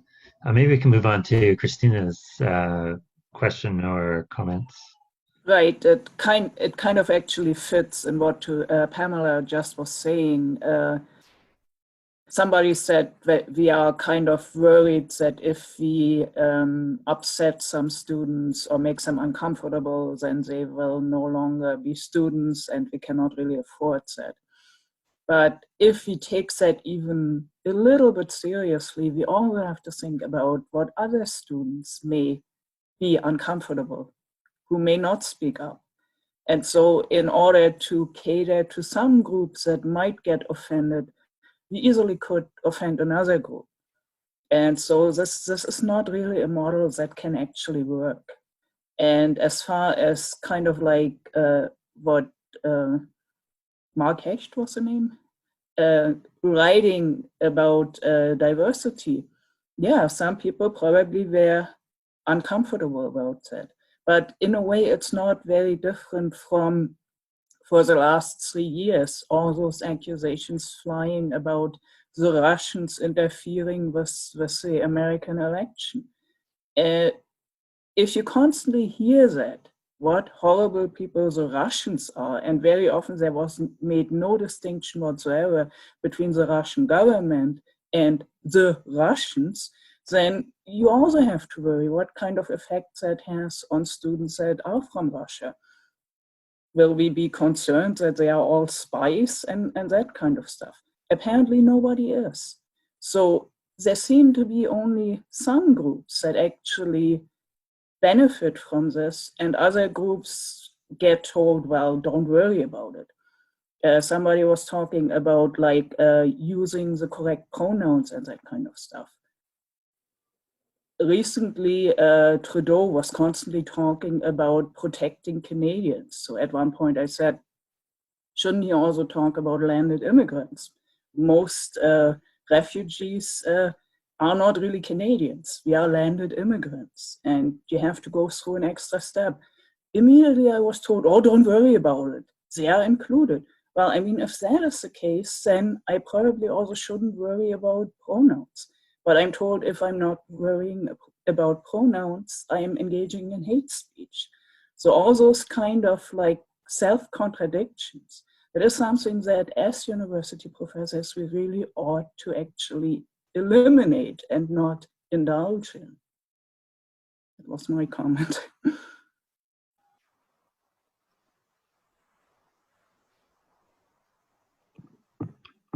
Thank you very much, Christina.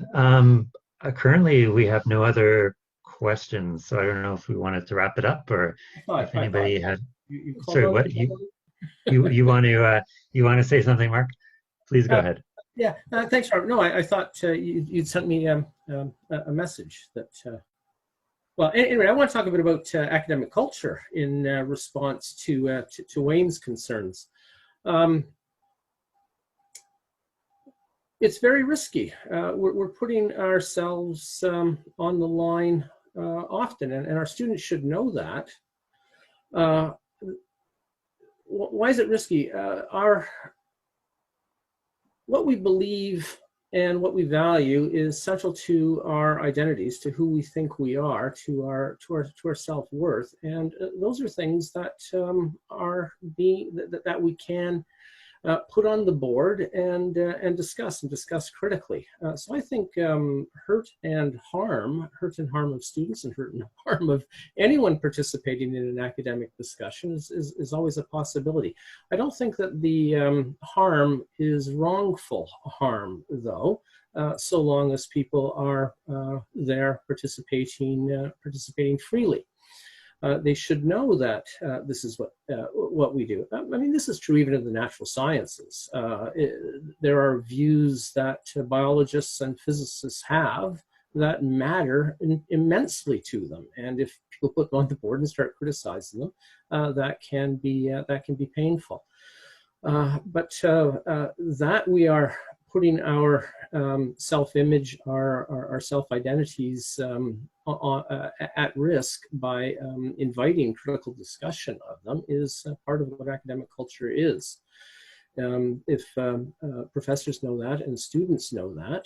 Now again, I think the scaffolding question that Francis brings up is important here as well, because I think the loss of scaffolding has come from the changing views about the academic mission. Maybe not the changing views, but at any rate, elements of the views about academic mission. Some elements are now exaggerated and other elements are diminished.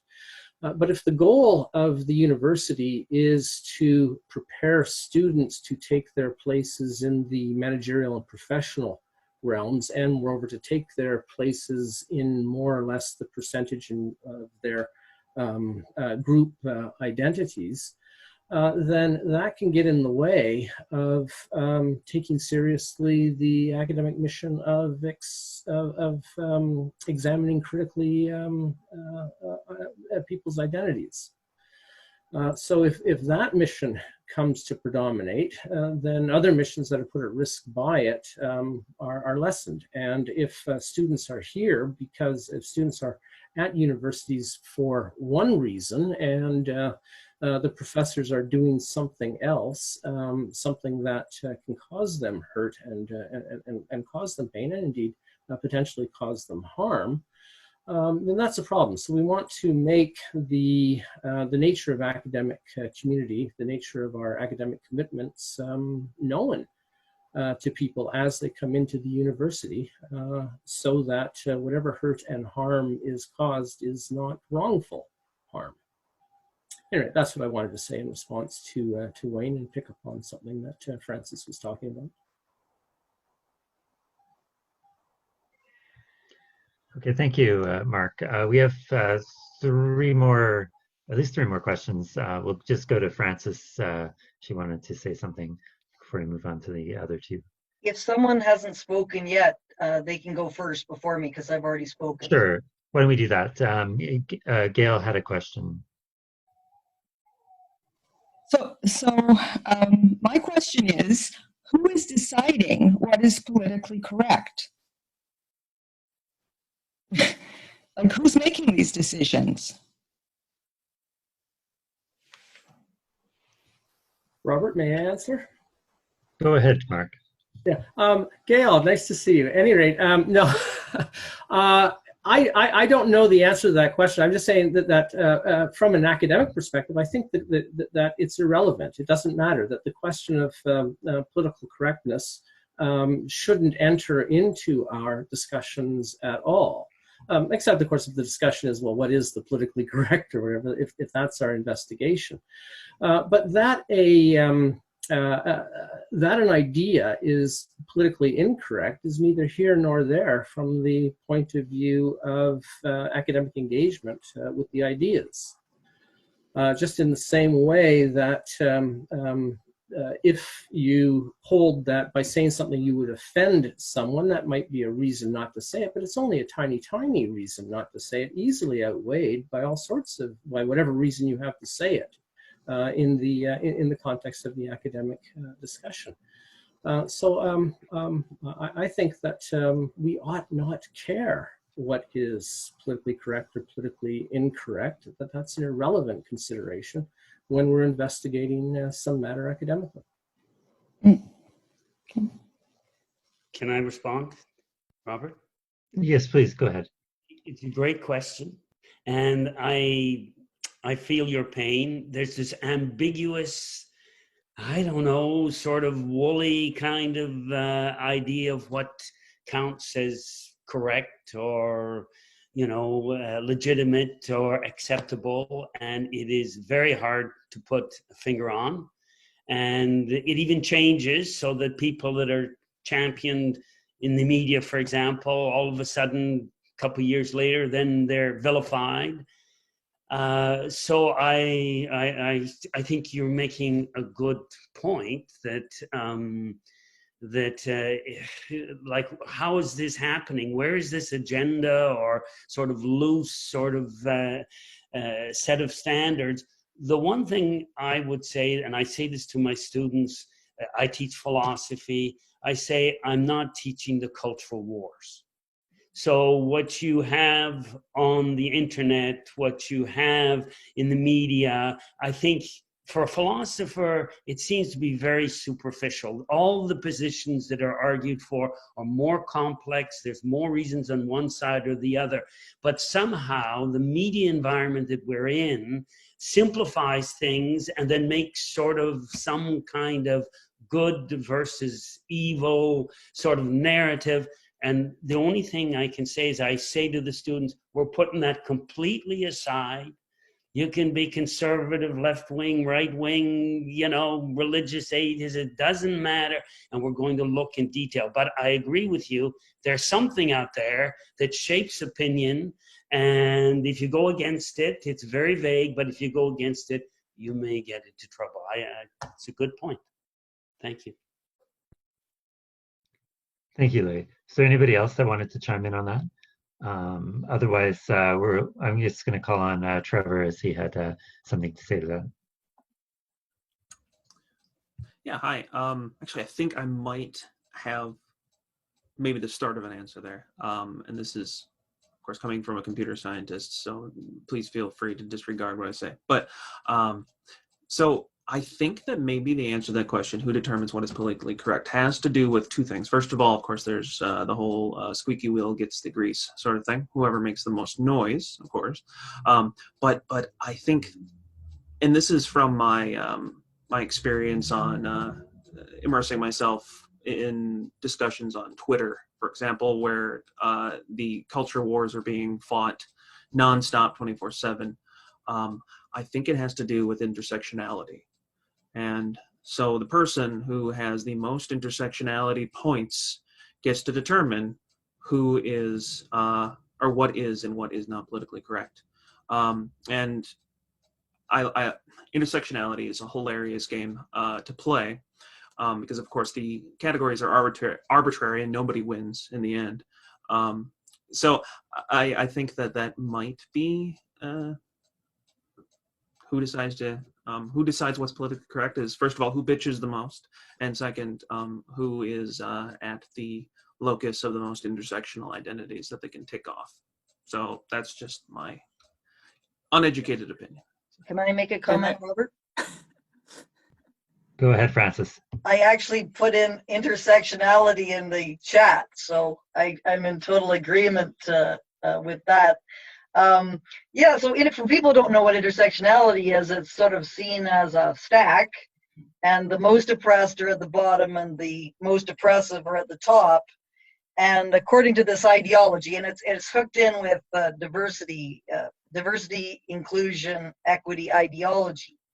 The argument, and it's very, very elaborate, this ideological kind of way of thinking about things. But the argument is that the people who are at the bottom have the most right to speak because they have been the ones who have been the most silenced and oppressed historically. So, and this is interesting too, because I really kind of got a bit of a crash course in this with the trans activist issue, because that is what was leading to all that it continues to be the problem that is facing us with respect to discussing feminist philosophies pertaining to sex and gender. Is the argument is that the trans identity is a more silenced and more oppressed identity than the female identity, and therefore the women or the female, the XX chromosome people, their views just shut up because they are, and so I found the whole thing completely bizarre, the discussions, but it was all wound up with this, and this is just wreaking havoc with the university. And it's true, your position on top today is going to, as if you start to become more dominant, well, now you're an oppressor. So this is why there's this constantly shifting sands, and it is just, it's a very, very difficult, it's a very, very inconsistent and academically corrosive ideology, which has unfortunately taken over a lot of, including faculty associations, which is probably the most alarming kind of aspect. Well, I just want to add something to this, if I may. I agree to some degree with Francis, but I would like to point out that it's not always the most oppressed, however you want to define them, who actually get to speak. It is advocates who speak on their behalf. And they make the claim that the moment you are a member of group X, you have to feel like group X. And that I find is actually way more oppressive than a lot of the other things that happen to them. I mean, how oppressive is it if I misgender something versus if I presuppose if you are a member of that group, you have to abide by all the rules that somebody has laid out for them. We have here in British Columbia experienced that when the Jessica Genève case made the rounds. And so many transgender people have pointed out, she doesn't speak for us. Didn't matter. If you're a transgender person, you have to agree with Jessica Genève because she's transgender. And we really have to not accept what we are over and over and over being fed, that the most oppressive have the right to speak. Yeah, but then let them actually speak. Don't let some advocates speak on their behalf, because there is a difference. Sorry for interrupting. Well, I don't think it really even matters whether or not you, I mean, it doesn't matter with intersectionality. It doesn't matter whether or not you personally have actually experienced oppression. It depends on whether or not your group, quote unquote, group, I hate that. It depends on whether or not your group has historically experienced oppression, right? I'm always going to be more, for example, I'm always going to be more privileged than Barack Obama, even though he's much more well-educated than I am, better off than I am, because I don't tick the intersectional boxes that he does, even though he was the president of the United States. It doesn't matter. I'm still an oppressor. Of course, anyhow, I should duck out of that conversation. Thank you very much, Trevor. I'll just add something to Trevor's point, but on Twitter, I've seen a gradual movement away from the term people of color, POC, because I think some people see it as too inclusive, because it includes Asian people, and Asian people apparently aren't oppressed enough, so they have to move away. And now BIPOC is the new term for oppressed, which means Black and Indigenous people of color, because apparently it's no longer, it's moved. I don't know if it'll always be politically correct to point out POCs as a bad or as an oppressed group. I'm just going to call on Sync next. We have like 4 speakers now, so if he wants to talk again, I'm trying to go in order. Sync. Thanks, Robert. I had a different one, so if you wanted to talk about this point in particular, I'm happy to step aside. But I'll just make my point quickly. Just go ahead. Okay. So I understand from a number of the panelists that the argument against self-censorship is that it impairs the good public exercising of reason within the university. But self-censorship presupposes that one has a platform to speak. And I've noticed just in the last few years, this is anecdotal, but I've just noticed in the last few years, more frequent occurrences of cases where colleagues have declined to hear any criticism that I had to make about some argument or position that they had. And that, it seems to me, is another aspect of the loss of the social scaffolding or the cultural scaffolding in the university that promotes a culture of disputation, principled dissent, and that sort of thing as well. So I kind of see that as related to the problem with self-censorship, where people just say, no, I'm not really interested in your criticism, or I'm not interested in your idea there. And then you're kind of not part of the cool club or the cool group or something like that. It just strikes me as that's another aspect of the same problem of self-censorship. Thanks. Can I respond to that, Robert? Sure, go ahead. Great point. And unfortunately, I think for young academics, you know, I don't know if it used to be, but you would like to think that it used to be, you found something that you thought was very interesting or truthful or gripping or important, and you followed it. Lots of people nowadays, before they decide what they're going to do research on, pay attention to just what you're talking about. Obviously, certain subject matters, certain subdisciplines, certain issues, you're going to get in a lot of trouble if you start to find, let's say, the wrong answers to whatever the question is or whatever. So I think you're right that people carefully construct careers, avoiding certain maybe important issues should be discussed, precisely because they're worried about, you know, they've got to avoid hostility, they've got to get a job, they've got to get tenure, they've got to get articles published, they have to go through referees. And so I think that's an excellent point. I think that is part of the larger picture. So can I make a comment, Robert? Sure, quick, and then we'll move on to the next. Yeah, and this is something I forgot to mention in my talk, just to support Louis and Sink in their what they were talking about there, is it's become such a problem, these kinds of disputation, that idea of disputation, which Mark Mercer talked about in some of his pieces, that even to say that you think something should be discussed, you don't even have a position on it yourself. And that was the case with the top 10 with Kaufness and Tuvel.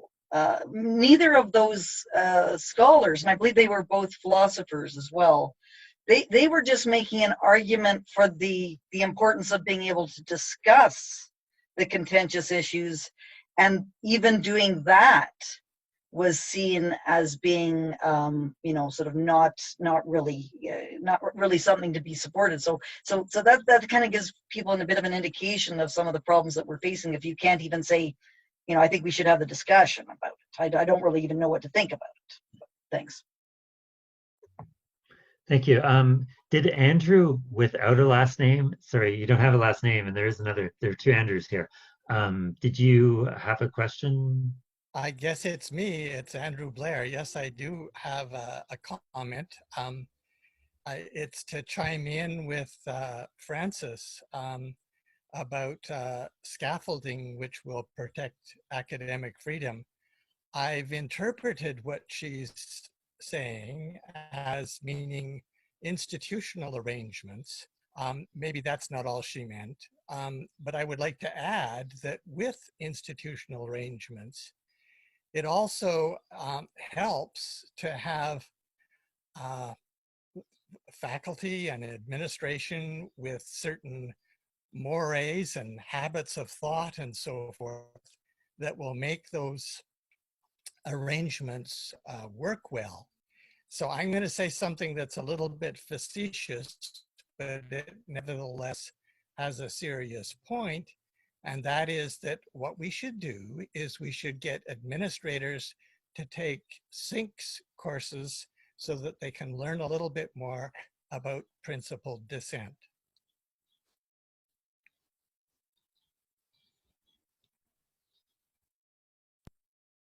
Did anyone want to comment on that? Okay, let's move on to Joseph had a question or comment to make.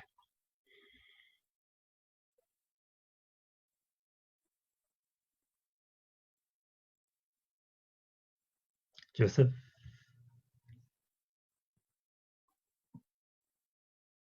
Hopefully it didn't disappear. Can you hear me now? Oh, there we go. Okay, good.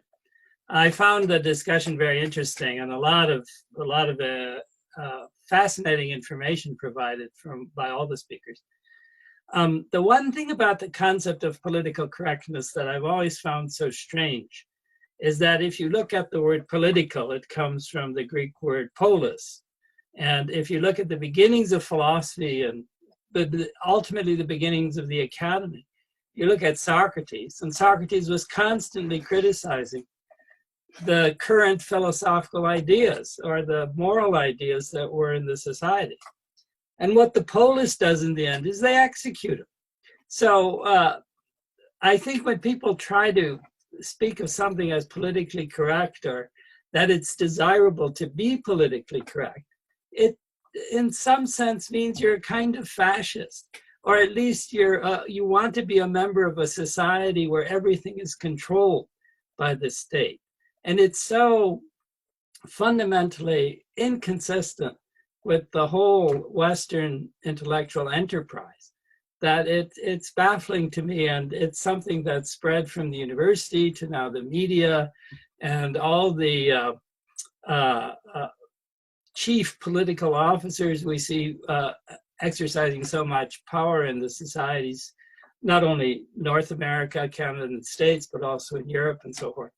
So it's kind of a loss of the genuine sense of academe, I think, when we start worrying about following the so-called politically correct norms that are passed down to us. Yeah, that's about it, all I have to say. So. Do we even teach the classics anymore? No, I don't think so. Some of us. If I could just add to Joe's point, Joe, I agree entirely. The worrisome thing is that it's maybe understandable in politics that this kind of, attempt at censoring unusual, different points of view, questioning points of views, the Socrateses of the world. It's understandable that they're pushed aside, right? Callicles says to Socrates, you keep on talking like that, you're going to be put to death. But what's particularly bad nowadays is that the university is supposed to be a place, an arena where there's protected speech, where you can try out ideas. And actually, I thought what Mark said was very pertinent. You can try out a false idea. You can try out an idea which doesn't make sense. But the university is supposed to be this arena where that kind of discussion happens. I can understand out in the world, the real world of politics and business and all the rest, it's a little bit tighter and a little bit meaner. But now it's happening at universities that the Socrates of the world can come up and speak and whatever. And that's pretty disappointing. So, good point. Well, I actually am more and more reminded of my first university experience. Like Pamela, I got back into Canadian university when that was my late 30s, I think. But anyway, as a mature student. But I took my first university course in East Germany just after high school. And a lot of the things that we are worried right now were the things that were so common in East German universities. So there were certain things you could never say, you could never question. Everybody knew that you could never question them. Like, why, if we are a country of peace, why are we shooting at people that are trying to leave the country? And those kind of questions, we would have gotten exactly the same response that now people are getting when they are talking about transgender identity and stuff like that. And I mean, the really worrisome thing is if you kind of like eliminate this kind of discussion, the questions don't go away. If people self-censor, that doesn't mean that they don't entertain those thoughts anymore. They will find somebody who agrees with them. And I mean, on the internet, you can find all kinds of discussion groups that say horrible things about transgender people. And it is kind of scary because instead of giving students good arguments in universities to deal with that, what we are doing is we're shutting them up. We're telling them, so here is our perceived truth, you have to drink it, it's almost like a Kool-Aid, and don't ask questions. And I mean, this is not how universities should operate. Thank you very much, Christina. We're at the 2-hour mark now. So I was just wondering if we could have one more question from Wayne. Trevor wants to add something as well, but do we want to just go for those two and then we'll call it a day? Is that good? Okay, so if Wayne had he had his hand up first, so, and then we'll go to Trevor, and then we will come to a conclusion for today's talk. Okay, I'll just try to make this really quick. I was fascinated by the whole Tuvel blow up, let's call it. As I understand it, she had submitted what was a nicely written, nicely structured, but not super ambitious article that was arguably publishable in the journal. But the problem a number of people had was she wasn't the right kind of person to be writing that kind of article. She was neither trans, she was like white, non-trans, or whatever they call it, comfortable in skin, and there's all of these acronyms I can never keep straight. But the idea was she wasn't the right kind of person to be writing that article, and she also didn't reference the right literature. So there's all these expectations. If you want to talk about a particular subject, you have to include a discussion of certain literature, and you have to be a certain type of person. I don't know, I have no real point here, except I found it fascinating that there were what I took to be some pretty smart people on both sides, and a lot of emotional distortion coming in. So again, I'll just invite any of the panelists, or anyone else for that matter, to respond as they see fit. Can I respond, Robert? Please go ahead, Francis. Yeah, so I followed that case very closely, and actually 2 faculty members at my university wrote demanding that the article be retracted. They were on the list. And basically, it's you come up with the wrong answer. That's really what it amounts to. You come up with the wrong answer, and then that's when everyone starts looking at your identity credentials. If you make the right argument, the argument that people want to hear, then that never gets mentioned. So, this kind of feeds into that intersectionality discussion that we were having earlier, is that there's also, and I noticed this with the Wet'suwet'en hereditary chiefs, a number of people at the university that I'm at around Canada, supported the hereditary chiefs, and they were non-Indigenous. And there was quite a blow up at my university where people were saying, you are speaking for, you're not Indigenous, so how can you claim to speak on behalf of people? And it was basically because this is the right thing to do, the right way to think. That was sort of taken as a given. So I think with respect to Tuvel, it really hit a nerve, because everyone had thought that this quote unquote transracial person was a completely beyond the pale type who, obviously was a white person using the black identity for her own purposes. And the fact that could possibly be what was happening with the trans identity was not acceptable, to be having that thought crime. It was a thought crime to even go near that. And so that then resulted in that. So, it was just kind of having the wrong answer, wrong argument. And now all your identity credentials are going to be examined because of that. Thank you, Francis. I think it's an interesting thing also when people who have the right ideological positions, they're quite orthodox in their thinking, but they're the wrong identity. There's an interesting article from Jonathan Kay on a blow up on Twitter recently between Amanda Jede Knox, who's a pro-transgendered ideologue, and she is not transgendered though, because her wife and child are both transgendered. So she writes a book, and she actually writes very well from people who read her work. But people are jealous of that, so they try to silence her because she's a bad, because she's non-transgendered and should not be speaking in support of transgender people when our own people who aren't quite as famous should be able to do that. So it's quite an interesting topic, but I try not to speak too much as I'm just the person moderating.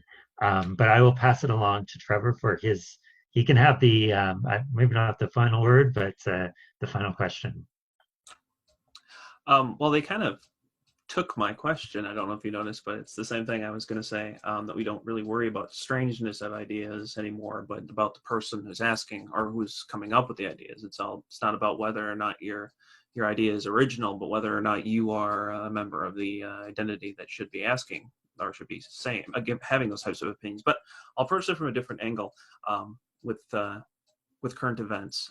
So I grew up in northwestern Wisconsin, in a small town, rural town, and the closest metropolitan area anywhere near it is Minneapolis-St. Paul. Of course, Minneapolis-St. Paul, as you all know, is on fire right now. And I have friends and family who live there in Minneapolis. I had to actually call a few of them, trying to make sure that they're okay. And they're all okay, barely, but they're all okay, except for one of them who had his entire neighborhood burned down. Now, I was giving my condolences to him, saying, this is ridiculous. You know, your neighborhood, I mean, it's you did not do this. There's no reason to take it out. And I was saying, you know, rioting is not okay. To the defense of the rioters, I had people jump down my throat and say, well, this is, they were saying, I'm trying to think, get the wording correct. The argument was that white people should stay out of this because this is not about their community. Now, my good friend from undergrad, his neighborhood is burning down. And I pointed out to him, okay, if this is not about his community, it's his neighborhood that's being burned down. And then I was promptly blocked for disagreeing. Now, the funniest thing about this is that the person a number of the people who jumped down my throat were not African American. They were white. So, yeah, backing up, this is translated into scholarship in that if you don't belong to the correct intersectional identity, you cannot have the correct opinions on it. Even if it is your neighborhood being burned down, you cannot have the correct opinion on it because you do not belong to the intersectional identity that people are burning down these neighborhoods on behalf thereof. And so I find that to be topical, I suppose. But that's really all I had to say, other than thanks, guys. Actually, just in response to that, you can, if you are not the right identity, you can say all sorts of things as long as they agree with what the activists want you to say. And you will notice, and you have noticed it yourself, that quite a few people who have criticized you are not Black people themselves. Zero of the people who have criticized me. Right. And it almost seems to be that those people feel they have to be even more, they have to put in more vengeance because they have to prove, hey, I'm an ally. Or ally is not a good word anymore, I learned recently. Really? Oh, damn. Yeah, ally is no longer a good word. So here's kind of a conspiracy theory for you that I've been struggling with, is that it seems to me like a lot of these problems that have been created, a lot of the people who are doing the censoring and a lot of the people who are creating the stink don't belong to the intersectional identity that they are standing on behalf of. And it seems that a lot of the people who I talk to who are from these intersectional identities that are trying to be spoke for, they really want nothing to do with it.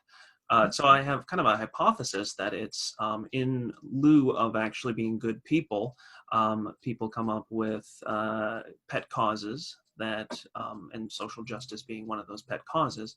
They don't have any integrity themselves, therefore they stand up for somebody who they believe is downtrodden in order to make themselves feel better, but it has nothing to do with the actual person who is suffering, or, well, who they feel is suffering. So I think that might be. But I mean, notice how self-censorship also enters the picture there on both sides. So people that belong to the oppressed group very often don't speak up because they feel uncomfortable doing that to kind of compromise their own cause. And on the other hand, people on the so-called oppressed group don't speak up because they feel afraid of the consequences. So there's a lot of self-censorship going on. And have you seen the videos, like, for example, Antifa getting up into the whole Minneapolis, the raising of Minneapolis? There's videos of the Black Lives Matter protesters, even people who don't belong to it but are just part of the community, stopping these people from vandalizing. And there's these very, I don't know, heated discussions. Like you see, there was what appeared to be a Caucasian Antifa member, and he was being pulled aside by one of his African-American supposed, well, allies, quote unquote, and being told, hey, this is not how we do this, because he was, I believe, spray painting a government building or something like that. Okay, sorry to interrupt, but no, please do. We should move to the end of it. We are having our annual staff's conference event on June 5th and 6th. So details of that can be found on the staff's website, and it will be held on Zoom as well. And if you are a staff's member in good standing, please update your membership if you're not. We will be having the, I should say that to myself as well, as I haven't updated mine. But we'll be having the AGM following the annual meeting for members of the association. So please come and attend. I don't know if anybody wanted to just talk to what we'll be talking about there. I don't have it actually up. Yeah, Francis, you can say. So on the 5th, Samir Gandesha is going to be giving the Purity, I believe it's the Purity lecture. It's going to be, I'll send out notification of the exact time and the link and so on. And then on Saturday, there is going to be a number of talks. This is the SAF's actual annual meeting, but that comes afterwards. And you don't have to be a member of SAF's to view the talks.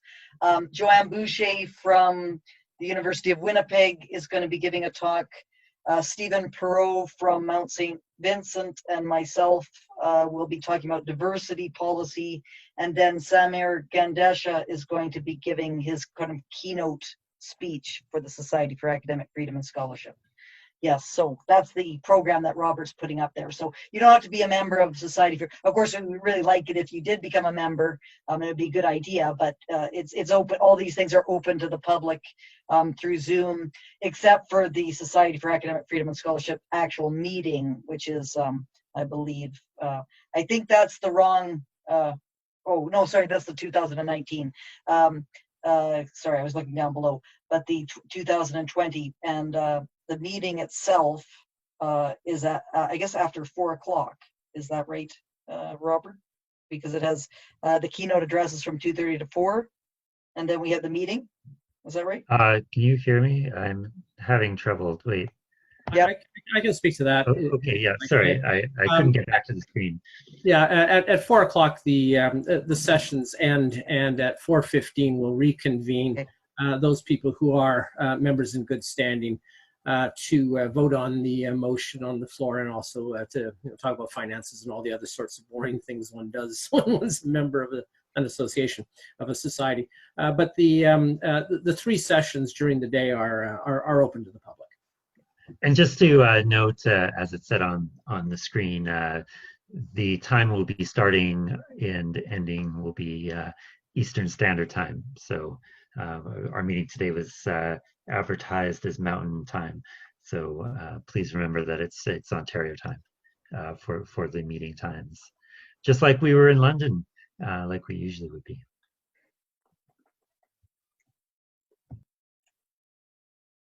What?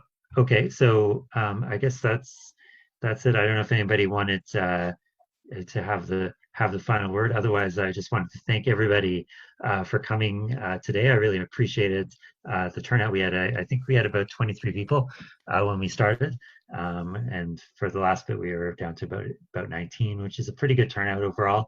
Having an in-person event, I think it would be hard to even get out maybe this amount. Usually, so it's great to bring people together from across the country and to see everybody's interest